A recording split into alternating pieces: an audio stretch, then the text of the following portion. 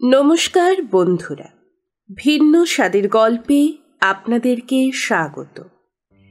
এখন শুনবেন সমরেশ মজুমদারের লেখা কলিকাতায় নবকুমারের ৭ম পর্ব। ট্রাম থেকে নেমে সোনাগাছিতে ঢুকল নবকুমার। চিৎকার চেঁচামেচি গান হাসি যেমন রোদ চলে তেমনই চলছে সন্ধ্যার পরে। সে মুখ নিচু করে হাঁটছিল। হাঁটতে হাঁটতে ইতিদের বাড়ির সামনে দিয়ে আসার সময় অসতর্কভাবেই চোখ তুলল সে। ৪-৫টা মেয়ে দাঁড়িয়ে আছে সেজে গুজে। তাদের পাশে দুটো বিশ্রী চেহারার ছেলে। ছেলে দুটোর চাউনি ভালো লাগলো না। মুখ ফিরিয়ে একটু দ্রুত পা চালালো নবকুমার। কিছু দূরে যেতে না যেতে তার কাঁধে হাত পড়তেই সে ঘুরে দাঁড়ালো। ওরা তার সামনে দাঁড়িয়ে দেখছে। যে হাত রেখেছিল সে জিজ্ঞাসা করল, কিরে, তুই তোর বাপের বাসি বিয়ে দেখতে চাস? কি বলছেন আপনি? নবকুমার চেঁচিয়ে উঠতেই আশেপাশের মেয়েরা এদিকে তাকালো। কেউ কেউ ঢুকে গেল বাড়ির ভিতরে। কি বলছি, শালা পকেটখালির জমিদার সোনাগাছির মেয়ে মানুষের সঙ্গে মাগনায় প্রেম মারাতে এসেছিস? মুখ খোল শালা। আপনারা কি বলতে চাইছেন বুঝতে পারছি না। মেয়ে মানুষটার অসুখ হয়েছে তো তোর কি? দুব্বারের কাছে খবরটা দিতে গেলি কেন? ও তোর বউ? একটা মানুষ অসুস্থ, তার চিকিৎসা হওয়া দরকার, তাই। কথা শেষ করার আগে ছেলেটা ঘুষি ছুড়ল নবকুমারের মুখ লক্ষ্য করে। কোনো রকমে মাথা সরিয়ে নিজেকে বাঁচাতে পারল নবকুমার। এবার দ্বিতীয় ছেলেটা তাকে সজোরে লাথি মারতে সে তাল সামলাতে না পেরে পড়ে গেল মাটিতে। সঙ্গে সঙ্গে প্রথম ছেলেটা ওর বুকের ওপর জুতো তুলে দিয়ে বলল, যা করেছিস তার জন্য তোকে ৫,০০০ টাকা দিতে হবে। কবে দিবি? ওঠার চেষ্টা করেও পারল না নবকুমার। মাথা নেড়ে বলল, আমার কাছে অত টাকা নেই। সঙ্গে সঙ্গে জামার কলার ধরে ওকে দাঁড় করিয়ে প্রথম ছেলেটা দ্বিতীয়কে বলল, শালাকে ন্যাংটো কর, সোনাগাছির মেয়ে মানুষরা দেখুক ওকে। আমাদের জিনিসে হাত দিলে কি হয় তা ওকে বুঝিয়ে দে। দ্বিতীয় ছেলেটা হ্যাঁ হ্যাঁ করে হেসে নবকুমারের প্যান্টের দিকে হাত বাড়াতে সে শরীরের সমস্ত শক্তি দিয়ে তাকে আঘাত করল। আই বাপ, ছেলেটা রক্ত বার করে দিয়েছে গুরু, বলেই ঝাঁপিয়ে পড়ল নবকুমারের ওপর। প্রথম ছেলেটাও হাত পা চালাতে লাগলো। মাটিতে পড়ে যেতে যেতে নবকুমার শুনল কারা যেন চিৎকার করছে। ছেলে দুটো থমকে গেল। যেখানে যত মেয়ে দাঁড়িয়েছিল সবাই চিৎকার করে প্রতিবাদ জানাচ্ছে। তারপরেই ছুটে এলো ওদের কয়েকজন। দেখা দেখি অন্য মেয়েরাও এগিয়ে এলো। মুহূর্তেই ছেলে দুটোকে মাটিতে ফেলে বেধড়ক মারতে লাগলো মেয়েরা। নবকুমার কবিতাকে দেখতে পেল। উঠতে পারবে? খুব লেগেছে। নবকুমার উঠে দাঁড়ালো। কবিতা মেয়েদের থামালো। ছেলে দুটোর জামা প্যান্ট ছিন্ন ভিন্ন হয়ে গেছে। একটা মেয়ে ওদের বলল, ক্ষমা চা, ওর পায়ে ধরে বল আর করবি না, বল। রক্তাক্ত ছেলে দুটো কোনো মতে উঠে দাঁড়িয়ে হাত জোর করল। কবিতা জিজ্ঞাসা করল, বাড়িতে হেঁটে যেতে পারবে? নবকুমার মাথা নাড়ালো। হাঁটতে গিয়ে নবকুমারের মনে হলো এক দৌড়ে এইসব মানুষদের চোখের আড়ালে চলে যেতে। এই যে ওরা তাকে মার খেতে দেখল, মাটিতে পড়ে যাওয়ার পর লাথি খেতে দেখল, কেউ না কেউ নিশ্চয়ই ভেবেছে সে কোনো অন্যায় করেছিল বলে ছেলে দুটো তাকে মারল। কি করে সে সবাইকে বলবে যে একটি মেয়ে তার সঙ্গে ভালো ব্যবহার করেছিল এবং তার অসুস্থতার কথা জেনে সে চিকিৎসার জন্য মহিলা দুর্বার সমিতির কাছে নিয়ে গিয়েছিল? এই অপরাধে গুন্ডারা তাকে মারবে? লজ্জা, আফসোস এবং সংকোচে মাথা নিচু করে হাঁটতে গিয়ে শরীরের যন্ত্রণা উপেক্ষা করছিল নবকুমার। কিছুক্ষণ হাঁটার পর তার খেয়াল হলো চারপাশের পরিবেশ এখন একদম স্বাভাবিক। সেই চেঁচামেচি, গান, বেলফুল চাই হাঁক, হাসির আওয়াজ এখন রাস্তার দুধারে। কেউ তার দিকে অবাক হয়ে তাকিয়েও নেই। অর্থাৎ একটু আগে যে ঘটনাটা ঘটেছিল তার কোনো প্রতিক্রিয়া এখানে পৌঁছায়নি। নবকুমারের মনে হলো কলিকাতা এক আজব শহর। এই শহরে স্নেহ যেমন আছে তেমনি অকারণ নিষ্ঠুরতা প্রচণ্ড। আবার উদাসীন মানুষের সংখ্যাও কম নয়। ওকে দেখে দরজায় দাঁড়ানো মেয়েরা সরে গিয়ে রাস্তা করে দিতেই একজন চেঁচিয়ে উঠল, এমা, কে হয়েছে? চিৎকারটা এমন আচমকা যে নবকুমার দাঁড়িয়ে গেল। সঙ্গে সঙ্গে মেয়েরা ভিড় করে এলো তার চারপাশে। মুখ ফুলে গিয়েছে কেন? শার্ট প্যান্টে তো ময়লা লাগলো কি করে? নবকুমার নিচু গলায় বলল, কিছু হয়নি। হয়নি মানে? নিশ্চয়ই কেউ মেরেছে। কে মারলো? এই রতনদাকে ডাকতো। তোমাকে মারবে আর আমরা চুপ করে বসে থাকবো? নবকুমারের মনে হচ্ছিল লজ্জায় তার মাথা কাটা যাচ্ছে। কিন্তু এই মেয়েদের ভিড় সরিয়ে সে কি করে যাবে? ইতিমধ্যে পেটানো শরীর, লুঙ্গি আর পাঞ্জাবি পরা একজন হাজির হয়ে জিজ্ঞাসা করল, কি হয়েছে? তোমাকে পাড়ার কি কেউ মেরেছে? নবকুমার তাকালো। মনে হলো এই লোকটাও গুন্ডা। গুন্ডাদের হাতে মার খেয়ে এসে গুন্ডার সাহায্য নেবে? নবকুমার মাথা নাড়ল। না, মার খাইনি, পড়ে গিয়েছিলাম। তাহলে আমার কিছু করার নেই। ওপরে উঠে এসো। এই, ওকে রাস্তা দে। এবার মেয়েরা সরে গেল। ধীরে ধীরে ওপরে উঠে প্যাসেজ দিয়ে নিজের ঘরে চলে এলো নবকুমার। মুক্ত পিছনে এলো। কি হয়েছে? কিছু না। ন্যাকামি করো না। মুখে ঘুষো মেরেছে কে? বলছি তো কিছু হয়নি। মুক্ত চলে গেল। তাড়াতাড়ি বাথরুমে ঢুকে জামা প্যান্ট বদলে ফেলল নবকুমার। মুখে জল দিতে চিরবির করে উঠল একটা জায়গা। সন্তর্পণে মুখ মুছে বাইরে বেরিয়ে আসতেই হতভম্ব হয়ে গেল। শেফালিমা দরজায় দাঁড়িয়ে, পিছনে মুক্ত। তুমি মারামারি করেছ? এটা আমি ভাবতে পারছি না। আমি মারামারি করিনি। ওরা তোমাকে মারলো কেন? একটি অসুস্থ মেয়েকে সাহায্য করার জন্য আমি মহিলা দুর্বার সমিতিতে বলেছিলাম। ওরা সাহায্য করেছিলেন, এটাই নাকি অপরাধ? তোমার এত বোনের মোস্তারানোর শখ কেন? দুর্গা কষ্ট পাচ্ছে, তাকে নিয়ে ছুটলে সাহায্য করতে। এই মেয়েটা কে? মেয়েটা চিনলে কি করে? একদিন কথা বলেছিল। বাহ! না না, তোমার এখানে থাকা চলবে না। শুনে অসহায় চোখে তাকালো নবকুমার। তুমি যদি সোনাগাছিতে থেকে পরের উপকারের জন্য নিজের কাঁধ এগিয়ে দাও, তাহলে আজ মুখ ফেটেছে, কাল খুন হয়ে যাবে। তার চেয়ে এখান থেকে বিদায় হও, আমি বেঁচে যাই। একটা কথা জিজ্ঞাসা করব? যা ইচ্ছে করো, আজ তোমার এখানে শেষ রাত। সোনাগাছির বাইরে গিয়ে যদি কারোর উপকার কেউ করে, তাহলে তাকে কেউ মারধর করে না? চমকে গেলেন শেফালিমা। কয়েক সেকেন্ড চুপ করে মুক্তোর দিকে তাকিয়ে বললেন, এক বাটি গরম জল আর তুলো নিয়ে আয়। আমার টেবিলে ডেটল, ক্রিম আর ব্যান্ডেজ আছে, ওগুলোও আনবি। বসো। কবিতা ফোন করে বলল, ওর মনে হয়েছে তুমি খুব আহত হয়ে থাকতে পারো। আমি ভাবতে পারিনি এই জন্য কেউ আমাকে মারতে পারে। এই শহরের নাম কলকাতা।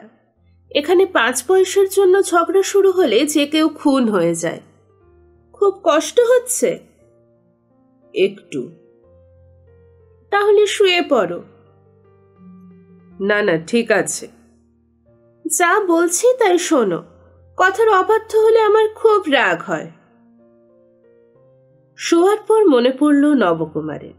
সে বলল, আজ বড়বাবুর সঙ্গে কথা হয়েছে, উনি আপনার সঙ্গে। একদম ওসব কথা এখন বলবে না। কাল সকালে সব শুনব। মুক্ত জল তুলো ওষুধ নিয়ে এলো। পাশে বসে শেফালি মা খুব যত্ন করে গরম জলে ক্ষত ধুয়ে ওষুধ লাগিয়ে ব্যান্ডেজ লাগিয়ে দিচ্ছিলেন। ব্যথা ভুলে গেল নবকুমার। আচমকা বঙ্কিমচন্দ্রের কথাগুলো মনে পড়ে গেল তার। আত্মোপকারীকে বনবাসে বিসর্জন করা যাহাদিগের প্রকৃতি, তাহারা চিরকাল আত্মোপকারীকে বনবাস দিবে। কিন্তু যতবার বনবাসিত করুক না কেন, পরের কাষ্ঠাহরণ করা যাহার স্বভাব, সে পুনর্বার পরের কাষ্ঠাহরণে যাইবে। তুমি অধম, তাই বলিয়া আমি উত্তম না হইব কেন? সকালে মাস্টারদা এসে ঘুম ভাঙাল। নবকুমারের মুখ দেখে চমকে গেল সে। আই বাপ, তোমার মুখের ভূগোল পাল্টে গেল কি করে? পড়ে গেছিলাম। তুমি এর মধ্যে মাল খাওয়া আরম্ভ করেছো নাকি? মাল খাওয়া? মদ? ধ্যাত, ট্রাম থেকে নামতে গিয়ে পড়ে গিয়েছিলাম। অবলীলায় মিথ্যে বলে নিজেই অবাক হলো নবকুমার। গ্রামে থাকতে এরকম সহজ গলায় বলতে পারত না সে। রানিং ট্রাম থেকে নামার একটা কায়দা আছে। শরীরটাকে পিছনে হেলিয়ে গোড়ালির ওপর ভর করে নামতে হয়। যাক, ঠেকে শিখলে পরের বার আর পড়বে না। তুমি কাল গদিতে গিয়েছিলে? হ্যাঁ। বড়বাবুকে ফোন করেছিলে? হ্যাঁ। খুব সাহস তো। কেন? উনি ফোন করতে বলেছিলেন। তোমাকে কেন? মাস্টারদা বড়বাবু বলেছেন কাউকে যেন কারণটা না বলি। শেষ পর্যন্ত তুমিও বেইমানি করলে নবকুমার, আমি ভাবতে পারিনি। আমি আপনার সঙ্গে বেইমানি করেছি? হ্যাঁ, ঘোড়া ডিঙিয়ে ঘাস খাচ্ছ। আমি তোমাকে ভালো ছেলে ভেবে গ্রাম থেকে তুলে নিয়ে এলাম, আর তুমি আমাকে এড়িয়ে বড়বাবুর সঙ্গে লাইন করে ফেললে। আমি গদিতে ফিরে শুনলাম তুমি বড়বাবুকে ফোন করে ঠিকানা জেনে বেরিয়ে গেছো। বড়বাবুর বাড়িতে গিয়েছিলে? তুমি কি জানো আজ পর্যন্ত বড়বাবু বাড়িতে কাউকে ডাকেননি, এমনকি সুধাকান্ত বাবুকেও নয়? কি করে জানবো? কি বললো বড়বাবু? অনেক কিছু খাওয়ালেন। যাকগে, তোমাকে সাবধান করে দিচ্ছি, বেশিবার বেরো না, ঝড়ে পড়ে যাবে। বড় লোকদের খেয়াল মিটে যেতে 1 সেকেন্ডও লাগে না। শেফালি মায়ের সঙ্গে বড়বাবু দেখা করেছেন? না। কেন? উনি তো দেখা করার জন্য ছটফট করছিলেন। নিশ্চয়ই দেখা করবেন। এই সময় মুক্ত এসে দাঁড়ালো। তুমি কখন জুটলে? লোকজন সব হুটহাট ওপরে চলে আসছে, আমি টেরও পাই না। জানান দিয়ে ওপরে আসতে পারো না? নিশ্চয়ই তোমাকেও চা দিতে হবে। মাস্টারদা হাসল। আমি কখনো না বলি না। কত রাতে যদি গুন্ডারা তোমাকে পেদাতো তাহলে আমি খুশি হতাম। মুক্ত চলে গেল চা আনতে। মাস্টারদা নবকুমারের মুখের দিকে তাকালো। মানে, গুন্ডারা পেদিয়েছে কাল? ও হঠাৎ কথাটা বলল কেন? আমি কি করে বলবো, কে জিজ্ঞাসা করো। তুমি কারোর সঙ্গে মারপিট করোনি তো? পাগল, কলকাতায় দলের জোর না থাকলে কেউ মারপিট করে না। ও হ্যাঁ, তোমার একটা চিঠি এসেছে, ভুলে গিয়েছিলাম। পকেট থেকে একটা পোস্টকার্ড বের করে এগিয়ে দিল মাস্টারদা। চোখ রাখল নবকুমার।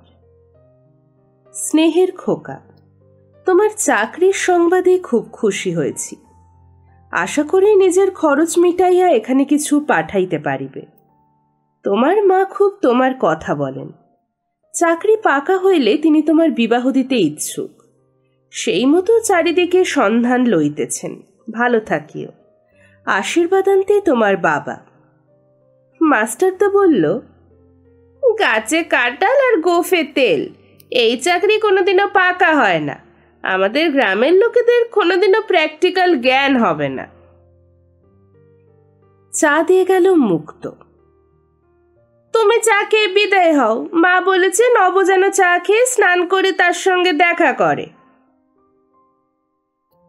শেফালি মা জিজ্ঞাসা করলেন, এখন কেমন আছো? ভালো। ব্যথা আছে? খুব কম। এখন বলো, তোমায় বড়বাবু কি বলেছেন? উনি বলেছেন যদি আপনার অসুবিধে না হয় তাহলে ফ্লুরিস নামের চায়ের দোকানে আপনার সঙ্গে কথা বলতে চান। ওটা শুধু চায়ের দোকান না, খুব নামকরা কেক প্যাস্ট্রির দোকান। না, তুমি ওকে বলো আমাকে ফোন করতে। বলবো। তুমি ওর ফোন নাম্বার জানো? চোখ বন্ধ করলো নবকুমার। গতকাল যে নাম্বারটা সে ডায়াল করেছিল সেটা মনে করার চেষ্টা করতেই দেখল ভুলে যায়নি। সে মাথা নাড়ল। এক কাজ করো, তুমি ওকে ফোন করে বলো আমার সঙ্গে কথা বলতে। কোথাও গিয়ে কথা বলার আগে আমার কিছু জানার আছে। ওই যে ফোন। নবকুমার ফোনের পাশে গিয়ে ডায়াল করল। প্রথমেই ফুঁ ফুঁ শব্দ হলো। সে দ্বিতীয়বার ডায়াল করতে রিং হলো। কেউ একজন হ্যালো বললে সে জিজ্ঞাসা করল, বড়বাবুর সঙ্গে কথা বলতে পারি? কে বড়বাবু? বড়বাবু মানে যাত্রা দলের। কত নাম্বার চান? নাম্বারটা বলল নবকুমার। সঙ্গে সঙ্গে রং নাম্বার বলে ফোন ছেড়ে দিল লোকটা। নবকুমার অবাক গলায় বলল, কি হলো? শেফালি মা বললেন, বোধহয় কোনো একটা নাম্বার তুমি গুলিয়ে ফেলেছ। এক কাজ করো, একটা কাগজে আমার নাম্বার লিখে ওকে দিয়ে বলো এখানে ফোন করতে। আমার কথা বলা দরকার। রাস্তায় বেরিয়ে একটু ইতস্তত করল নবকুমার। তারপর অস্বস্তি কাটিয়ে কাল রাত্রে যে রাস্তা দিয়ে ফিরেছিল সেই রাস্তায় পা বাড়ালো। ছেলে দুটো যদি তাকে আজও মারতে আসে তাহলে সে ছেড়ে দেবে না। নাইবা থাকলো তার কোনো দল। এখন সকাল। সেই রাত্রের উন্মাদনা এখন পথের দুপাশে নেই। ইতিদের বাড়ির কাছাকাছি এসে একটু আড়ষ্ট হয়ে নবকুমার দেখল ছেলে দুটো একটা বাড়ির রকে বসে আড্ডা মারছে। একজনের হাতে ব্যান্ডেজ। ওরা ওকে দেখা মাত্র মুখ ফিরিয়ে নিল, যেন কোনোদিনও তাকে দেখেনি। নবকুমার দাঁড়ালো। তারপর এগিয়ে এলো ওদের সামনে। তোমাদের একটা প্রশ্ন করব। কাল যে আমাকে মারলে আমি কি অন্যায় করেছিলাম? ওরা জবাব না দিয়ে উদাসীন মুখে অন্যদিকে তাকালো। ওই মেয়েটা অসুস্থ, তাকে কোনো চিকিৎসা করা হচ্ছিল না। আমি সেটা করার জন্য দুর্বারকে বলে কি অন্যায় করেছি? এবারও কোনো জবাব এলো না। তোমরাও যদি অসুস্থ হতে তাহলে একই কাজ করতাম। এবার একজন বলল, আমরা মেয়ে ছেলে নই, দুর্বার পাত্তা দিত না। তাহলে হাসপাতালে নিয়ে যেতাম। এবার ওরা অবাক চোখে নবকুমারের দিকে তাকালো। নবকুমার বলল, চলি। গলি থেকে বেরিয়ে খুব ভালো লাগলো নবকুমারের। মন এখন হালকা।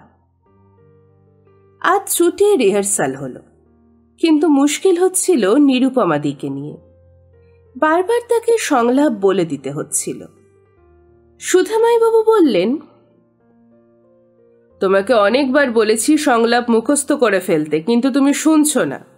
বড়বাবুর কানে গেলে বিপদে পড়ে যাবে নিরুপমা। না না, ঠিক ম্যানেজ হয়ে যাবে। আর 2 দিন তোমাকে সময় দিলাম, দেখি কি করে ম্যানেজ করো। টিফিনের সময় 1/2 ঘন্টা ছুটি। নিরুপমাদি নবকুমারকে এক পাশে নিয়ে গিয়ে জিজ্ঞাসা করল, কাল এলে না কেন? আমি চিনতে পারিনি। বাজে কথা বলবে না। যেভাবে বলে দিয়েছিলাম সেভাবে একজন অন্ধও চলে যেতে পারে। কত রান্না করেছিলাম তোমার জন্য জানো? নবকুমার মুখ নামালো। অল্প বয়সী কোনো মেয়ে ডাকলে তো ছুটে যেতে। না না। শোনো, আমাকে সাহায্য করতে হবে। বলুন। এখানে বলবো না, রিহার্সালের পর আমার সঙ্গে যাবে। নিস্তার পেয়ে নবকুমার দ্রুত পা চালালো। বড়বাবুর বেয়ারাকে বলল সে দেখা করতে চায়। লোকটা ভিতরে গিয়ে অনুমতি নিয়ে আসার পর নবকুমার ঘরে ঢুকল। বড়বাবু কিছু লিখছিলেন। মুখ না তুলে গম্ভীর গলায় বললেন, কি দরকার? আগে শেফালিমা বলেছেন। সঙ্গে সঙ্গে মুখ তুললেন বড়বাবু।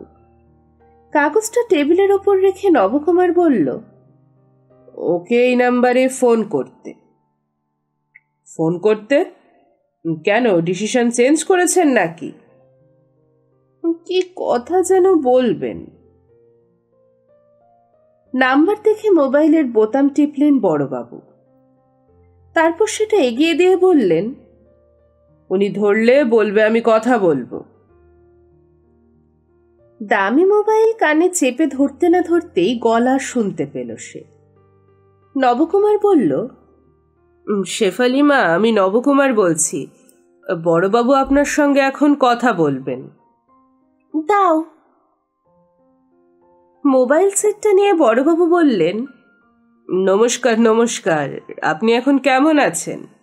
বাহ, শুনলাম এই বয়সেও আপনি বেশ সুস্থ আছেন। হ্যাঁ, আমার তো ব্লাড প্রেশার, সুগার, ওষুধের ওপর থাকতে হয়। হ্যাঁ বলুন।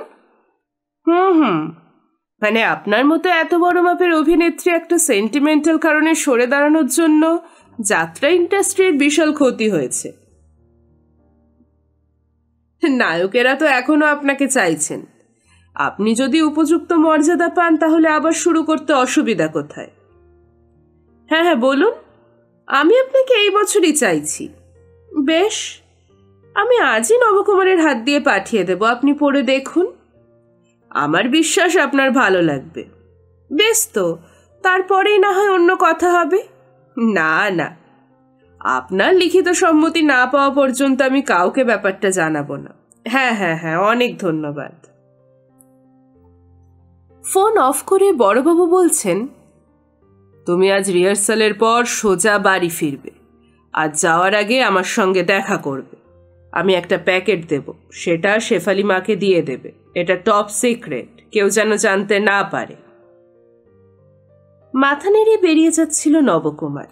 বড়বাবু ডাকলেন, দাঁড়াও।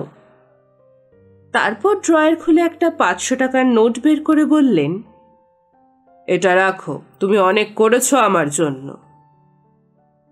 না না, আমি কিছুই করিনি। রাখো তো।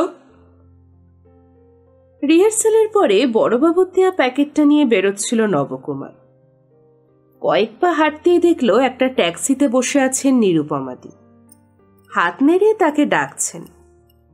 সে কাছে গেলে দরজা খুলে দিয়ে বললেন, ওঠো। কেন? আমি তোমাকে কয়েকটা কথা বলবো বলেছিলাম। আজ নয় দিদি, আজ আমাকে এখনই বাড়ি ফিরতে হবে। ঠিক আছে, আমি তোমাকে ট্যাক্সিতে বাড়ি পৌঁছে দিয়ে আসবো, ওঠো। ভ্যাবাচাকা খেয়ে ট্যাক্সিতে উঠেই নবকুমারের মনে হলো, সর্বনাশ, নিরুপমাদের সঙ্গে ট্যাক্সিতে সোনাগাছি কি করে যাবে এই সন্ধ্যের সময়? ছুটন্ত ট্যাক্সিতে বসা নিরুপমাদের চুল বাতাসে উঠছে। সেদিকে তাকিয়ে নবকুমারের খারাপ লাগলো। তাকে আজ আবার মিথ্যে বলতে হবে। সে বাইরে তাকালো। ফুটপাতে রান্না করছে কয়েকজন শীর্ণা চেহারার মহিলা। পাশে অর্ধনগ্ন শিশু ঝুপড়ি। জ্যামের কারণেই ট্যাক্সিটা দাঁড়িয়েছিল। দেখতে দেখতে নবকুমারের খুব খারাপ লাগছিল। এরা কারা? এরা কি কলিকাতার মানুষ নয়? ঝড় জল যখন হয় তখন এরা কোথায় যায়? তাদের গ্রামের অধিকাংশ মানুষ গরিব, কিন্তু কেউ খোলা আকাশের নিচে এভাবে রেঁধে খায় না, থাকে না। সে নিরুপমাদিকে জিজ্ঞাসা করল, এরা কারা? কারা? এই মেয়েরা বাড়ি বাড়ি বাসন মেজে রোজগার করে। ছেলেরা কেউ দিনমজুর, কেউ রিক্সা চালায়। বেশিরভাগই বউয়ের পয়সায় খায়। এদের বাড়িঘর নেই? না, ওরা ফুটে থাকে বলে ভেবো না খুব খারাপ আছে। অনেক নিম্নবিত্ত মানুষের চেয়ে ওদের আয় কম নয়। সরকার কিছু বলে না? মন্ত্রীরা তো এই রাস্তা দিয়ে নিশ্চয়ই যান। চায়, চোখ বন্ধ করে রাখে যাওয়ার সময়। তুমিও চোখ বন্ধ করে রাখো। গদি থেকে নিরুপমাদের বাড়িতে পৌঁছাতে বেশি সময় লাগে না। ট্যাক্সি ছেড়ে দিয়ে একটা 3 তলা বাড়িতে ঢুকলেন নিরুপমাদি। বাইরে অন্ধকার নেমে গিয়েছে, কিন্তু এই বাড়ির সিঁড়িতে আলো নেই। নিরুপমাদি সামনে হাঁটতে হাঁটতে বললেন, কোনো ভয় নেই, আমাকে ফলো করো। 3 তলার ছাদের দরজার তালা খুলে নিরুপমাদি বললেন, দেখো আকাশ দেখো। নবকুমার ছাদে পা ফেলে ওপরে তাকালো। ঘোলাটে আকাশ, কয়েকটা তারা সেই আকাশেই ছড়িয়ে, কিন্তু দৃশ্যটা মোটেই আকর্ষণীয় নয়। এর চেয়ে তাদের গ্রামের আকাশ ঢের বেশি সুন্দর। ছাদের একপাশে পরপর 3টে ঘর। তার একটার দরজা খুলে আলো জ্বেলে নিরুপমাদি বললেন, এসো ভাই, বসো। এটা আপনার বাড়ি? তোর? এই বাড়িটা সব তলায় ভাড়াটে ভর্তি। আমি ছাদের উপরে 3টে ঘর নিয়ে থাকি। ওপরে বলে বেশ নিরাপদে আছি। আপনি একাই থাকেন? না গো, আমার এক ছেলে আছে, কলেজে পড়ে। সে আজ গেছে তারকেশ্বরে মামার বাড়িতে। আমার মা ওখানে ছেলের কাছে থাকেন, ওকে নিয়ে আসতে। এখন বলো কি খাবে, চা কফি না অন্য কিছু? না বললে কিন্তু খুব রাগ করব। আপনি এত পরিশ্রম করে এসে চা বানাবেন? ও মা, চা বানাতে কষ্ট হয় নাকি? তাছাড়া কোনো কোনো কাজ ছেলেদের কাছে খুব কষ্টের মনে হলেও মেয়েরা আনন্দ পায়। নিরুপমাদের কথা শেষ হতেই বাইরে কারোর গলা শোনা গেল, জড়িয়ে জড়িয়ে কিছু বলছে। নিরুপমাদের মুখ শক্ত হলো, বললেন, তুমি একটু বসো, আমি আসছি। নিরুপমাদের ছাদে পা রাখতেই নবকুমার শুনতে পেল, এই যে ঘরে কে, কাকে নিয়ে এসেছো? আমি নেই, কিন্তু ছেলে তো আছে, সে কোথায়? তুমি আবার মদ খেয়ে এই বাড়িতে এসেছো? একেবারে হাত খালি। জীবনের শেষ মদটা আজ খেয়ে ফেলেছি। আর কোনো মদ এখন থেকে গলায় নামবে না, বিশ্বাস করো। তা বাবুটি কে, যাত্রার? তুমি এখান থেকে চলে যাও। কেন? আরে লজ্জা পাচ্ছ কেন? এতদিন এখানে সেখানে লুকিয়ে লুকিয়ে ফষ্টি নষ্টি করতে, এখন সোজা ঘরে তুলে এনেছো, তার মানে সাহস বেড়েছে। দাও না, শখানেক হলেই চলবে, চেয়ে এনে দাও। তুমি একটা ইতর। ঘরে যে বসে আছে সে আমার ছেলের সমবয়সী, তাকে নোংরা কথা শুনতে দিতে আমি রাজি নই। যাও, বিদায় হও এক্ষুনি। যা, ছেলের বয়সী, কি গুল মারছো, কই দেখি। জোরে জোরে পা ফেলে ঘরে ঢুকে পড়ল লোকটা। তারপর একটা বেতের চেয়ারে শব্দ করে বসে পড়ল। নোংরা পাজামা পাঞ্জাবি, মুখে পানির দাগ। লোকটা নবকুমারকে ভালো করে দেখে বলল, তাই তো। তা বাবা জীবন কি করা হয়? প্রম্পট করি। বুঝলাম, ওই সূত্রে আলাপ। তুমি তো নিরুপমার ছেলের বয়সী, তাই তো? আমি নিরুপমার ছেলের বাবা, তাহলে তুমি আমারও ছেলের বয়সী। কি ঠিক বললাম তো? আমার নামাইরই সম্পর্কগুলো কিরকম গুলিয়ে যায়। এবার তোমাকে যেতে হবে। যেতে তো হবেই। অমর কে কোথা করবে, বুঝলে হে প্রম্পটার? এই যে আমাকে দেখছো, দেহপট সনেনট সকলই হারায়, আমার অবস্থা এখন তাই। কিন্তু 30-32 বছর আগে বিজ্ঞাপনে আমার ছবির নিচে লেখা হতো সুদর্শন নায়ক এবং গায়ক, আলাদা গাড়ি, রোজ 1 টিন সিগারেট, খলিয়ারিতে গেলে সবচেয়ে ভালো হোটেলের সেরা ঘর, সব ব্যবস্থা ছিল আমার জন্য। আমার কোনো প্রম্পটারের দরকার হতো না, একবার পড়লেই মুখস্থ হয়ে যেত। একেবারে স্বামী বিবেকানন্দর মতো মেমোরি ছিল তখন। সব গেল, বিয়ে করে সর্বনাশ হয়ে গেল ভাই। বিয়ে করেছ, করনি, বেঁচে গেছো, কখনো করো না। হাত নাড়তে লাগলো লোকটা। নিরুপমাদি চলে গেলেন পাশের ঘরে। আপনি আর যাত্রায় অভিনয় করেন না? নো, আমি কি ভিখিরি? বাসে 5 জনের সঙ্গে যাব, বারোয়ারি খাবার খাবো, 3 মিনিটের একটা পাঠ করব। এরকম হলো কেন? নেক্সট ডে আরেকদিন বলবো, প্রথম দিনেই সব শুনতে চেও না প্রম্পটার। দাও, শখানেক হলেই চলবে। কি? 100টা টাকা দাও, ভ্যান তাড়া করো না, শোধ দিয়ে দেবো, কথা দিচ্ছি। কিন্তু ধ্যাত, নো কিন্তু। এই যে আমার বউয়ের সঙ্গে নির্জনে আড্ডা মারছো, তা কি তোমার দলের লোকজন জানে? জানে না, আমি কথা দিচ্ছি জানবে না। দাও। আপনি এসব কি বলছেন? উনি আমার দিদির মতো। মতো? এই ক্যালকাটায় মতো বলে কিছু নেই প্রম্পটার। দ্রুত ভেতরের ঘর থেকে বেরিয়ে এসে নিরুপমাদি বলল, নাও, নিয়ে দূর হও। 100 টাকার নোট দেখে হাসি ফুটল লোকটির মুখে। খপ করে সেটা ধরে পকেটে পুরে উঠে দাঁড়ালো। মাইরি বলছি, তুমি না এখনো ফাইন অ্যাক্টিং করতে পারো। যাচ্ছি বাবা, যাচ্ছি।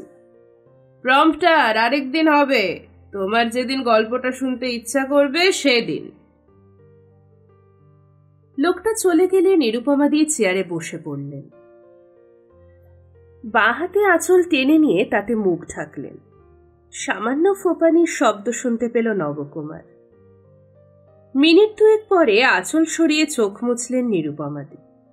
বিশ্বাস করো, ও যে আজ এখানে আসবে আমি ভাবতে পারিনি। উনি কোথায় থাকেন? কাশীপুর না কোথায়, আমি ঠিক জানি না। প্রায় টাকার জন্য আসেন? প্রায়, তবে কখনো গদিতে গিয়ে বিরক্ত করে না, আবার বাড়িতে ছেলে আছে জানলে কখনো ওপরে ওঠে না। কি করে যে জানতে পেরে যায়। এরকম হলো কেন? অনেক গল্প। আচ্ছা বলো তো, অমৃত কখন বিষ হয়ে যায়? বুঝতে পারল না নবকুমার। শ্বাস নিলেন নিরুপমাদি। ভালোবাসলে। থাকে সব কথা। এতক্ষণ বসে আছো অথচ কিছুই খেতে দিতে পারিনি তোমাকে। আর একটু বসো ভাই। নিরুপমাদি ভিতরে চলে গেলেন। কথাটা মাথায় ঢুকে আর বেরোচ্ছিল না নবকুমারের। ভালোবাসলে অমৃত বিষ হয়ে যায় কেন? ভালোবাসলে বিষ কি কখনো অমৃত হয়ে ওঠে না? নাও। 2টো সন্দেশ, 1 গ্লাস শরবত সামনে রাখলেন নিরুপমাদি। আপনি খাবেন না? একেবারে রাত্রে খাবো। সন্দেশ মুখে পড়ল নবকুমার। কলিকাতার মিষ্টি গ্রামের থেকে শতগুণে ভালো, চিবুতে পরম তৃপ্তি লাগে। তোমাকে যে জন্য এত কষ্ট দিলাম। হ্যাঁ বলুন। বড়বাবু তো তোমাকে খুব পছন্দ করেন, সবাই বলছিল। আমি জানি না। দলের সবাই বলে। সত্যি কথাটা বলবে ভাই, আমাদের ঘরে কি কোনো বড় অভিনেত্রী আসছে যে মাইক পাঠ করবে? কাতর চোখে তাকালেন নিরুপমাদি। সঙ্গে সঙ্গে বড়বাবুর মুখ মনে পড়ল। তিনি নিষেধ করেছেন কাউকে কিছু বলতে। কলিকাতায় বাস করতে হলে মিথ্যে বলতে জানতে হয়। সে মাথা নাড়ল। আমি তো কিছু জানি না। সুধাময় বাবু? না, উনিও জানেন না। মাস্টার কথাটা রটাচ্ছে। তুমি যখন কিছু জানো না তখন খবরটা সত্যি নয়। মাস্টারদা বলেছেন? ওইভাবে কি বলে? এই যেমন তোমার 12টা বেজে গেল, দলে নতুন মা আসছেন। কে তিনি জিজ্ঞেস করলে চোখ ঘোরায়। কে জানি। নতুন কেউ এলে আপনার 12টা বাজবে কেন? বারে, আমি তখন কি চরিত্র করব? আমাকে তো নায়িকা বৌদি এসব চরিত্রে মানাবে না। এখন সব দলে কাস্টিং হয়ে গেছে, এখানকার চাকরি চলে গেলে কোথাও কাজ পাবো না, রোজগার বন্ধ হয়ে যাবে যে। তার উপর তো একটা অজুহাত আছেই। অজুহাত? ওই যে আমি কানে কম শুনি। আমি নিজে বুঝতে পারি না। সত্যি বলো তো, তোমার কি মনে হয় কম শুনি? আপনি তো বলেছেন একটু জোরে প্রম্পট করতে। ওই জন্যই তো তোমাকে ডেকেছি। মানে? তুমি যদি শুধু আমারটা জোরে বলো তাহলে অন্যদের বুঝতে অসুবিধা হবে না যে আমি কানে কম শুনি। তোমাকে তাই সাহায্য করতে হবে। কিভাবে? পুরো নাটকটাই আমি বড়জোর 15-16 মিনিট স্টেজে থাকবো। তুমি তোমার বুক পকেটে একটা সেলফোন রাখবে। যখনই আমার সংলাপ আসবে তখনই ফোন অন করে কথা বলবে। আমি আমার বুকের মধ্যে আরেকটা সেলফোন রাখবো। কর্ডলেস রিসিভার কানে গুঁজে রাখলে কেউ বাইরে থেকে দেখতে পাবে না। আমার সংলাপগুলো তুমি বললে আমি স্পষ্ট শুনতে পাবো। এতে একটু খরচ হবে, তা ধরো 520 টাকা, কিন্তু কেউ টের পাবে না। এটুকু আমার জন্য করবে না ভাই? কিন্তু যদি ভুল হয়ে যায়? রিহার্সাল দিয়ে নিলে ভুল হবে না, কিন্তু মনে রেখো গদিতে রিহার্সাল যখন দেব তখন যেন কেউ টের না পায় ব্যাপারটা। ঠিক আছে, ওইটুকু করতে পারি। আজ আমি উঠি, অনেক দূরে যেতে হবে। যেতে হবে মানে? আমি তো তোমাকে পৌঁছে দেব বলেছি। না না, তার দরকার নেই। দরজায় তালা দিয়ে নিরুপমাদি নবকুমারকে নিয়ে একতলায় নামতেই দেখলেন তার ছেলে মাকে নিয়ে বাড়ি ফিরছে। নবকুমারের সঙ্গে আলাপ করিয়ে দিলেন তিনি। ছেলে জিজ্ঞাসা করল, উনি এর মধ্যে খেয়ে নিয়েছেন? না রে, মিষ্টি ছাড়া কিছু খেলো না। তুমি তো ওর জন্য রান্না করেছিলে। আরেকদিন খাবে। তুই এক কাজ কর, ও রাস্তাঘাট চেনে না, ওকে আমাদের যাত্রার গদি পর্যন্ত পৌঁছে দিয়ে। বেশ তো, চলুন। নিরুপমাদের কাছ থেকে বিদায় নিয়ে কয়েক পা হাঁটার পর নবকুমার বলল, আপনি আমাকে একটা ট্রামে তুলে দিন, তাহলেই হবে।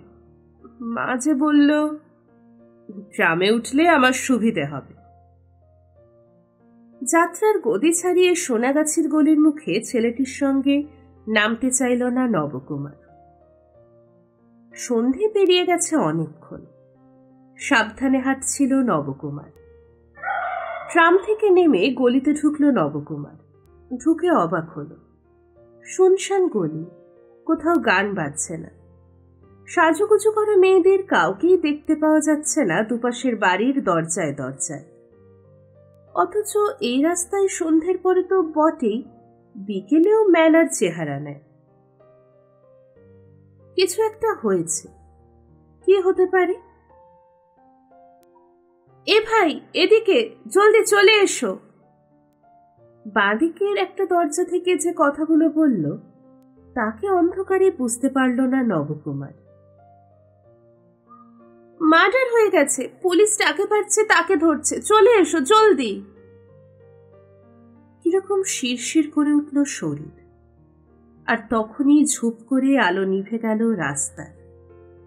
একটা চাপা চিৎকার ছড়িয়ে পড়ল বাড়িগুলোতে। সঙ্গে সঙ্গে কেউ একজন দরজা বন্ধ করে দিল। এই সময় মোমবাতিটা চোখে পড়ল, যেন ভয় কাঁপছে তার আলো। কি হয়েছে? এই পাড়ার পুরনো খদ্দের, সে খুন হয়ে গেছে, ধরতে পারেনি। পুলিশের সন্দেহ খুনিরা এখানেই লুকিয়ে আছে। যাদের ধরছে তারা খুনের মধ্যে ছিল না। আপনি আর একটু গেলে আপনাকেও ধরত। আমাকে আপনি চেনেন? হ্যাঁ। আরেকটি পুরুষ কণ্ঠ বলল, কাল যাদের সঙ্গে আপনার মারপিট হয়েছিল, মানে যারা মেয়েদের হাতে ধোলাই খেয়েছিল, আপনি নাকি তাদের সঙ্গে আজ ভালোভাবে কথা বলেছেন। তাই এখানকার সবাই বলছে আপনি লোকটা ভালো। মিনিট 5 বাদে বাইরে চিৎকার শোনা গেল। পুলিশ কাউকে ধরেছে এবং সে প্রতিবাদ করছে। এই সময় বাইরে বের হওয়া মানে ভ্যানে চেপে থানায় যাওয়া। বোকামি করার কোনো মানে হয় না। রাত 11টা নাগাদ বাড়ি ফিরল নবকুমার। এ বাড়ির দরজাও ফাঁকা, অর্থাৎ খুনের জন্য সবাই আতঙ্কে রয়েছে। সে সিঁড়ির দিকে এগোতেই মুক্তোর গলা কানে এলো। দরজাটা সাবধানে বন্ধ করে দাও। থাক থাক, আমি দিচ্ছি, দয়া করে চুপচাপ নিজের ঘরে চলে যাও। জুতোয় শব্দ যেন না হয়, সাবধান। কেন? যা বলছি তাই করো। বাড়িটা আজ একদম ফাঁকা। সিঁড়ির গায়ে বা মুখে কোনো মেয়ে দাঁড়িয়ে নেই। সবাই খদ্দের পেয়ে নিজের ঘরের দরজা দিয়েছে, এমনটা কখনো দেখেনি নবকুমার। নিঃশব্দে নিজের ঘরে এসে জুতো খুলে খাটে বসতেই মুক্ত এলো। এত রাত হলো কেন? কে নাকি খুন হয়েছে, তাই রাস্তা দিয়ে আসা যাচ্ছিল না। এদিকে শেফালি মা বারংবার জিজ্ঞাসা করায় মিথ্যে কথা বলতে হলো। বললাম তুমি বলে গেছো বাড়ি ফিরতে দেরি হবে। একটু আগে ডেকেছিল, বললাম খেয়ে দিয়ে ঘুমিয়ে পড়েছে। দয়া করে নিঃশব্দে জামা ছেড়ে খেয়ে নাও। এই বাড়িতে কিছু হয়েছে? মন্দির, শ্মশান আর বেশ্যা বাড়ি, সবসময় কিছু না কিছু হয়। খাবার আনছি। আলোটা কম পাওয়ারে। খাওয়া শেষ হলে থালা গ্লাস তুলে নিতে নিতে মুক্ত বলল, দুর্গার হাড় জুড়িয়েছে। মানে? মারা গিয়েছে। বাড়ির সব মেয়ে মানুষ তাকে নিয়ে নিমতলায় গিয়েছে। সে কি? দুববারের দিদিরা এসেছিল, খবর দিয়ে গেছে। খবর শুনে একদল ছুটেছিল হাসপাতালে, আরেক দল শ্মশানে। আমাকে এখন জেগে বসে থাকতে হবে কখন তারা মরা পুড়িয়ে ফিরবে। দুর্গা মরে গেল? উফ, খুব কষ্ট হচ্ছে। তাকে দেখেছো তো একটিবার? তুমি বুঝবে না মুক্তদি। হ্যাঁ, আমি তো কিছুই বুঝি না। দুর্গা মরেছে, আজ না হয় কাল মরতো, কিন্তু ওকে যে রোগ দিয়ে পালিয়ে গিয়েছিল, তাকে যে গুন্ডা খুন করে গেছে, তাতে আমি খুশি হয়েছি। তার মানে? কিছুই বুঝতে পারো না, শুধু মানে মানে করো। শুয়ে পড়ো। রাত 2:30 পর্যন্ত জেগেছিল নবকুমার। 2:30 সোনাগাছিতে তেমন ভারী রাত নয়, কিন্তু আজ চারধার নিস্তব্ধ। হঠাৎ দূরে একটা চিৎকার শোনা যেতে নবকুমার জানলায় গিয়ে দাঁড়ালো। রাস্তা অন্ধকার, চিৎকারটা ভেসে আসছে। ওটা যে সম্মিলিত গলা থেকে ছিটকে ওঠা ধ্বনি, তা বুঝতে সময় লাগলো। গলাগুলো মেয়েদের। তারপরে ওদের দেখতে পেল নবকুমার। 15-20টা মেয়ে এই নির্জন নিস্তব্ধ অন্ধকারকে খান খান করে এগিয়ে আসছে একটা ধ্বনির সাহায্যে। বলো হরি, হরি বল। হঠাৎ বুকের ভেতরটা মুচড়ে উঠল নবকুমারের। এই নিশুতি রাতে কিছু মানুষ যেন ঈশ্বরের মতো আকাশ থেকে নেমে এসে জানিয়ে দিচ্ছে, এখনো পৃথিবীতে ভালোবাসা আছে। অমৃতের জন্ম হয় বিষের যন্ত্রণা থেকে। মুক্ত ওদের দরজা খুলে দিয়েছিল। 2-1জন কাঁদল, তারপর কথারা ডুবে গেল নিস্তব্ধতায়। এই বাড়িতে শরীর বিক্রি করে বাবা মায়ের দেয়া প্রাণটাকে বাঁচিয়ে রাখার জন্য যে মেয়েটা সংগ্রাম করে যাচ্ছিল এতকাল, সে আর পৃথিবীর কোথাও থাকবে না। এই বাড়িটাও আগামীকাল ঠিকঠাক হয়ে যাবে। শুধু দুর্গা জানতে পারল না, তার জন্য অনেকেই শ্মশানে গিয়েছিল। তার কথা মনে পড়তেই কারোর বুক মুচড়ে কান্না উথলে উঠেছিল। নবকুমারের মনে হলো, এই কলিকাতায় বাঁচতে হলে শুধু মিথ্যে কথা বলতে পারাটাই শেষ কথা নয়। এই কলিকাতায় ভালোবাসাও আছে, শুধু যে জানে সেই জানতে পারে। সকালে মাস্টারদা এসে বলল, কিরে, আবার ঘোড়া ডিঙিয়ে ঘাস খাচ্ছিস? তার মানে? গায়ের চায়ের দোকানে বসে দিনভর গুলতানি মারতিস। চেহারাপত্তর ভালো বলে আমি তোকে তুলে নিয়ে এসে যাত্রায় ভিড়িয়ে দিলাম। আমার আগেই ভাবা উচিত ছিল, একে কলকাতা কর্পোরেশনের জল, তার উপরে সোনাগাছির কল। না হলে এত তাড়াতাড়ি আমাকে টুপি পরাতিস না। খুব দুঃখ পেয়েছি ভাই, আমি কিছুই বুঝতে পারছি না। পারছো না? কাল নিরুপমার বাড়িতে নেমন্তন্ন খেতে যাওনি? গিয়েছিলাম, উনি জোর করে নিয়ে গিয়েছিলেন। কেন? তোমাকেই খাওয়ালো কেন? কারণ তুমি বড়বাবুর পেয়ারের মানুষ হয়ে গেছো। তার সব গোপন কাজ তোমাকে দিয়ে তিনি করান, তাই তোমাকে হাতে রাখলে দলে কোনো বিপদ হবে না, তাই না? বড়বাবু আমাকে দিয়ে কোনো গোপন কাজ করাননি। কি খাওয়ালো? কে? নিরুপমাদি। দুটো সন্দেশ আর শরবত। যা, এখন তোমার কি হবে? মানে? খবরটা আজই গদিতে এলে সবাই জানতে পারবে। গড়াতে গড়াতে সেটা বড়বাবুর কানে পৌঁছাবে। মেয়ে ছেলে শিল্পীর বাড়িতে দলের কেউ যাক, তা বড়বাবু পছন্দ করেন না। দল থেকে চলে যেতে বলতে পারেন তোমাকে। আমার তো কোনো দোষ নেই। বিচার করবে কে? আমি যে ওই বাড়িতে গিয়েছিলাম সে কথা কে বলল? নিরুপমাদির বর 1 নম্বরের হারামি। সে কি, উনি এসে বলেছেন? তোমাকে ওই বাড়ি থেকে ফলো করে ট্রামে ওঠে। ভেবেছিল তুমি গদিতে নামবে, নামোনি, নেমেছো পরের স্টপে।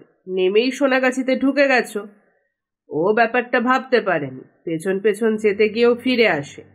সোনাগাছিতে নাকি কাল পুলিশ খুব হুজ্জুতি করেছিল, শেষে গদিতে যায়। কারণ ও জানতো তখন ওখানে আমি ছাড়া কেউ থাকবে না। আমি অবশ্য ওকে দেখেই বাইরে বেরিয়ে এসেছিলাম। তখন শুনলাম সব। তুমি যে সোনাগাছির মেয়ে মানুষের কাছে রাত কাটাতে যাও, এই খবরটা ওকে বেশ উত্তেজিত করেছিল। কি হাসি হাসি মুখে কথা বলছিল। আমি অবশ্য ওর ভুলটা ভাঙিয়ে দিইনি। সে কি? থাক না, যে যা ভেবে আনন্দ পায় তাকে তাই পেতে দাও। কিন্তু খবরটা এখনো পর্যন্ত আমার কানেই ঢুকে আছে। এই যে বললেন গদিতে এলে সবাই জেনে যাবে। আমি যদি মুখ খুলি তাহলে আপনি আমার ক্ষতি করবেন। একদম ইচ্ছে করছে না, তাই তো সকাল সকাল ছুটে এলাম। কিন্তু আমি তো কিছুই জানি না। নিরুপমাদি তোমাকে কিছু জিজ্ঞাসা করেনি? উনি নাকি শুনেছেন দলে একজন অভিনেত্রী আসছেন বাইরে থেকে, যিনি মায়ের চরিত্রে অভিনয় করবেন। কথাটা শোনার পর ওর খুব ভয় করছে। বড়বাবু তাহলে আর ওকে দলে রাখবেন না, তাই জানতে চেয়েছিলেন উনি ঠিক শুনেছেন কিনা। তুমি কি বলেছ? আমি মিথ্যে কথা বলেছি, বলেছি আমি কিছুই জানি না। ঠিক বলেছ। আমরা আদার ব্যাপারই জাহাজের খবর নিতে যাব কেন? কিন্তু ভাই, নিরুপমাদি কি করে জানলো তোমার কাছ থেকে ঠিক খবর পাওয়া যাবে?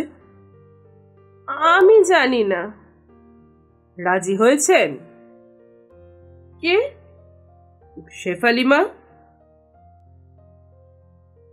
নাটকটা পড়ার পর বলবেন। শেফালিমাকে রাজি করানোর জন্য বড়বাবু কত টাকা দেবেন? আমি জানি না। কিছু বলেনি? না। দেবে নিশ্চয়ই। শোনো, যা দেবে তার অর্ধেক আমার। আমি যদি তোমাকে না নিয়ে আসতাম তুমি কিছুই পেতে না, ঠিক কি না? শেফালিমাকে বলো না তোমার জন্য 10,000 চাইতে। 10,000? আরে দূর, উনি রাজি হলে এটা কোনো টাকাই না। না, আমি বলতে পারবো না, উনি আমাকে খারাপ বলে ভাববেন। নবকুমার জলে নেমে গা না ভিজিয়ে থাকলে আর যাই হোক স্নান করা হয় না। ঠিক আছে, যা পাবে তা 50-50, মনে থাকে যেন। ততদিন আমি মুখ বন্ধ করে রাখবো, কাকপক্ষীয় টের পাবে না। মাস্টারটা চলে যেতে তড়াক করে উঠে গতকালের জামা প্যান্ট দেখল সে।